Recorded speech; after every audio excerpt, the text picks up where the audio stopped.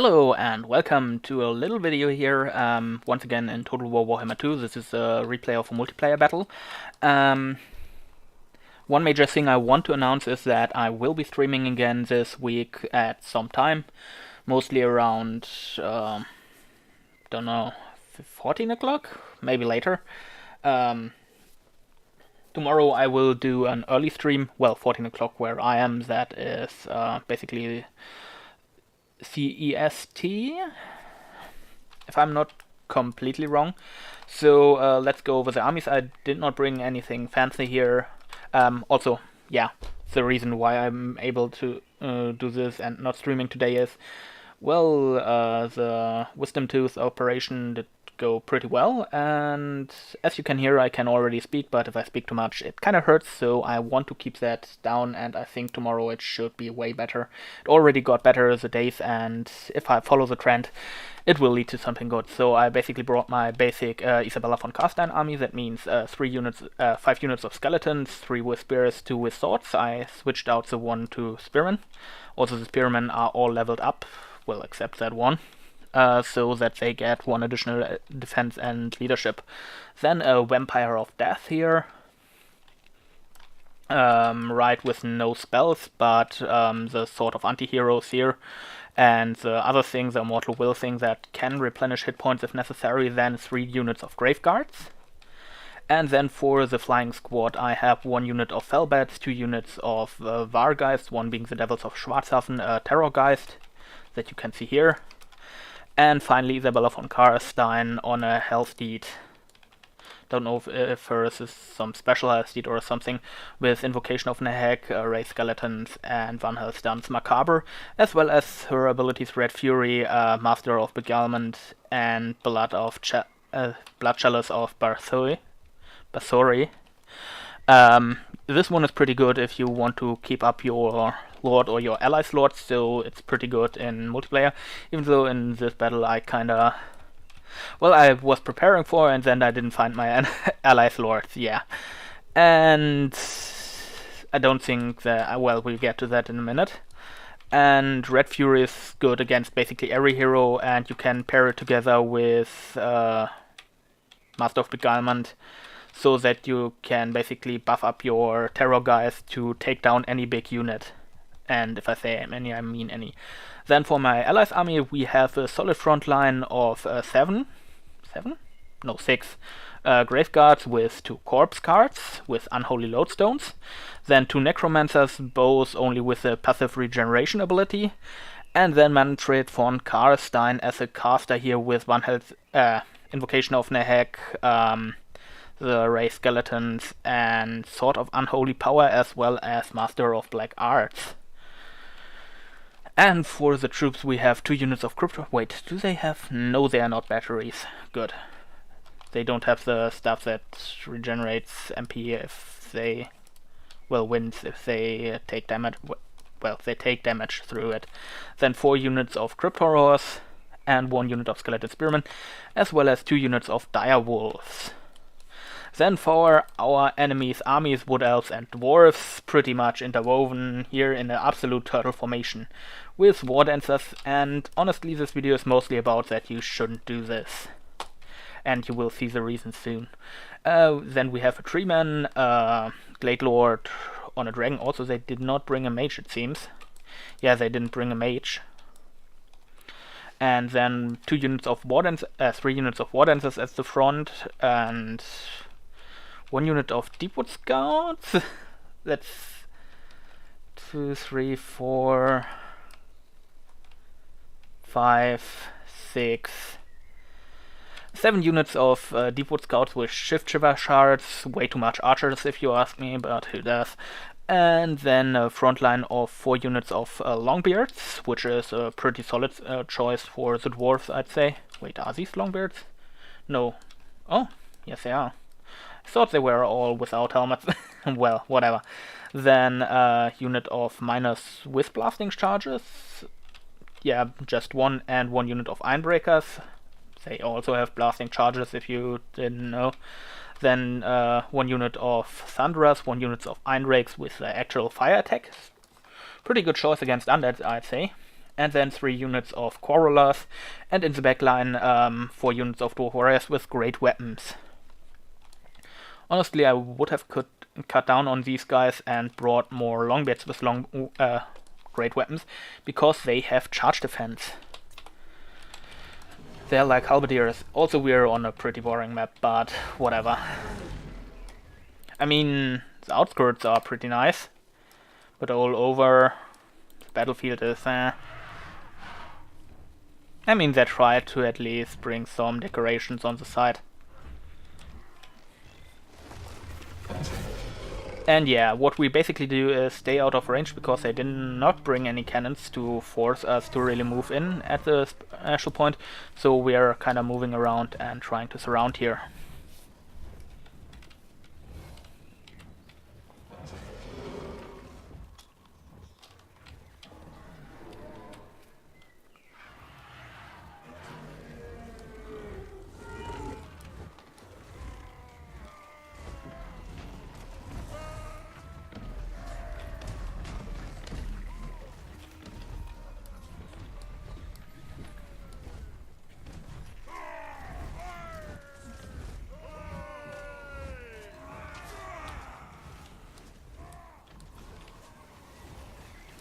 And there we have some shots baited by these direwolves.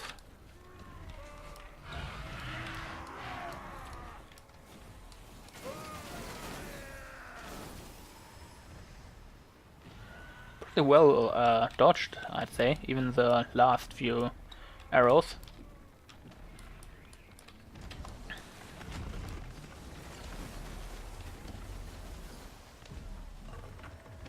I mean, bringing Swift shards with a Dwarven ally is a good thing, that reduces the friendly fire a lot, actually.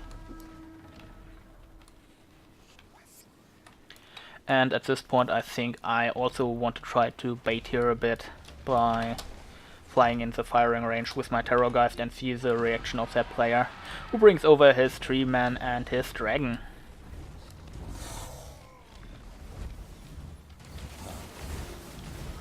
Who then continues to shoot at my Terrorgeist, misses, luckily.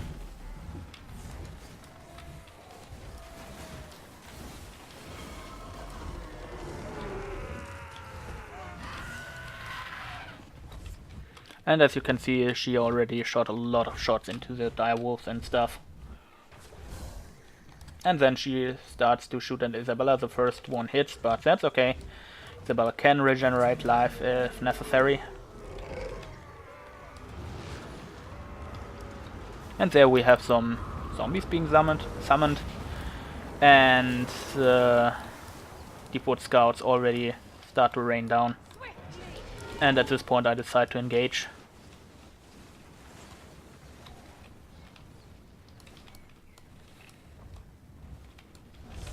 I mean, let's pause here for a minute. What could have happened is that we basically deprive them of ammunition and make them move out. But honestly, I kind of want to fight on the terms that I'm on the flank and can basically circle around their whole army. And at this point I thought these guys were Longbeards. They could be Longbeards. Let's take a look at them here. Yeah, they are Longbeards. So the center are 2 Longbeards with... nope, just 1 unit of Longbeards. Weird. And yeah, here we had a little counter charge with the Treeman, but already my skeleton warriors just move around and ignore that. These get a nice flank charge in, and I bring in my Terrorgeist. And in a moment here I will buff him up and debuff the Forest Dragon, because I think in single combat the Forest Dragon would have had a chance to win against the Terrorgeist, if not even really as good at winning. But with this build it's a really big deception. Also my Fargeist and Bats are in here. The Bats are mostly in here to annoy the enemy. It's really a deception, because now, as you can see, we have Master of Beguilement triggered in here, so melee attack is down to 14, and naturally we have the all the buffs, but the thing is, the damage is basically multiplied with the chance to attack, and with the melee attack being down to 14, all this armor-piercing damage does not really help much here, while my Terrorgeist gets a lot of, well, damage buffs that actually apply pretty well with the charge bonus. And yeah, I think the chance should be like 10% for the Blade Lord to hit, while for my Terrorgeist it should be like 20 or even more. And both have a pretty strong attack right now. But I think my Terrorgeist is just better off.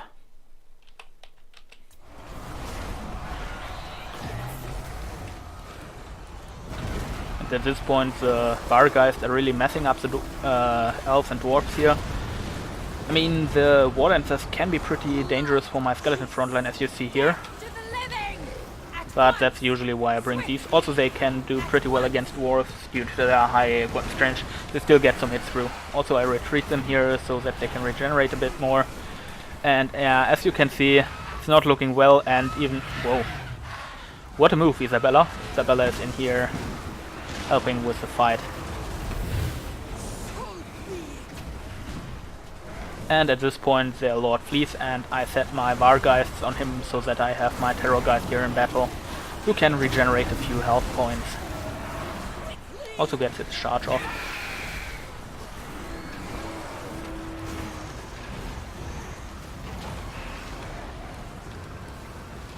We have Fur flying a bit around here. At this point I'm searching for my allies leader, which I did not see here. I thought he was around here. And honestly, at this point, it wouldn't really help him. Guess.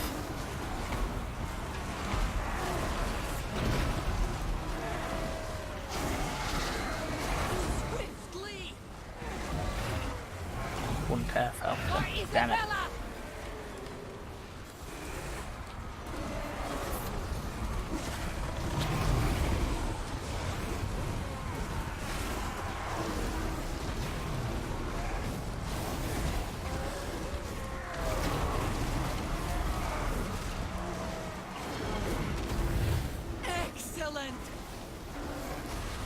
Ooh, that was a deadly volley for that one Vargeist.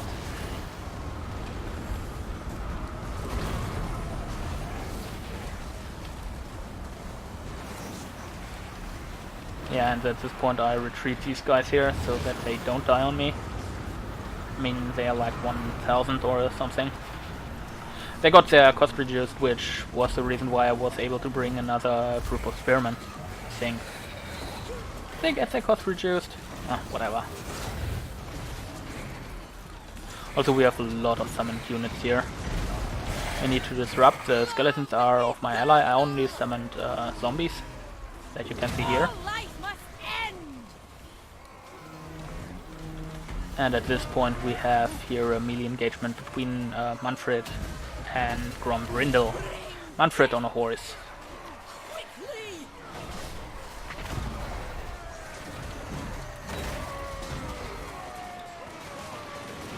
As you can see, he's hitting pretty well. Also the Scorp... Ooh, they lost a Corpse God.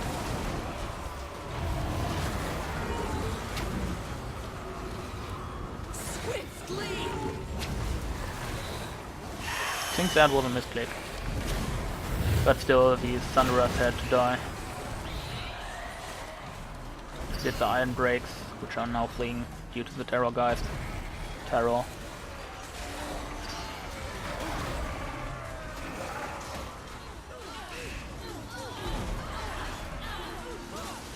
Bringing so many ranged units against Vampire Count is a really risky game. Also turtling up. Quickly! Swiftly! And these crypt ghouls are just deadly for dwarves. They have speed, they have hitting power, they have regeneration, poison.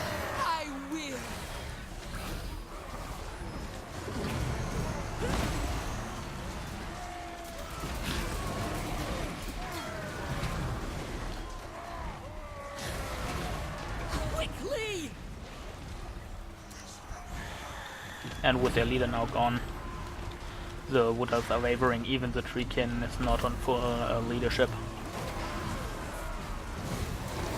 Oh, he even took a substantial hit. Nothing too big, but slowly he's dropping below 50. And at this point my allies' leader got killed, but I also chased out the Runesmith with my vampire here, and that's exactly her duty.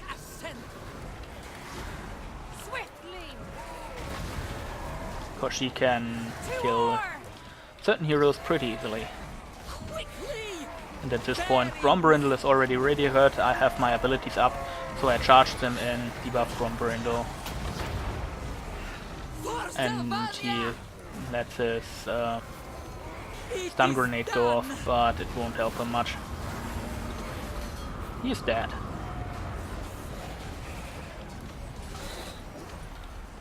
And at this point the tree man is fleeing. Terror guy has had enough vegetables for today. Yeah. So what we've got, our skeletons basically held pretty well. The spearmen did not even get hurt pretty hard. Same goes for my allies' troops. They got a substantial amount of kills against Wood Elves and Dwarves.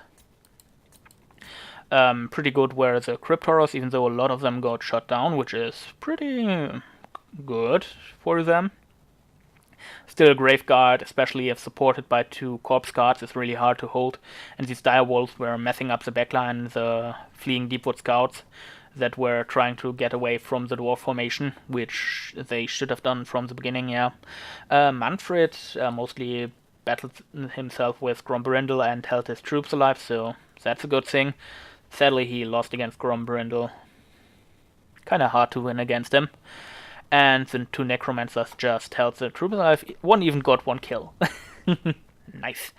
For my army, Isabella got some kills, and the Vampire got some kills, and they chased off important units, which is basically their job.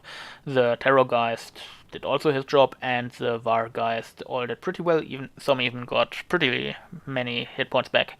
And, yeah. For the Wood Elves, the Deepwood Scouts were just too many archers. They got some kills against stronger units and some Felbats, but honestly, not enough to really go for it. They could have brought 1 healer or something to keep them alive. And the War Dancers did pretty well against the Undead, but I think they mostly killed skeletons here. That was the 1 unit on the right side, and the Treekin were there for a pretty long time right in the battle, and at the end got tired out and then routed off by the Terrorgeist. Grombrindle killed Manfred, which is ooh, and my teeth. Ah. I have to stop talking soon. And the Longbeards did actually pretty good at holding the Graveguard, but only holding, and they had no troops to really deal the damage here because they were focused out. The Dwarf Warriors with great weapons had just too low of an attack skill to really deal that much damage, and I think this unit here killed some of my Graveguard somewhere, or maybe skeletons, whatever. And the Ironbreakers were also pretty good at holding, but without Grombrindle and their Runesmiths, they were fleeing, especially since the Wood Elf was already fleeing and pretty much dismantled. Yeah, I hope you enjoyed it and learned a lesson from it. Have a nice day, and bye.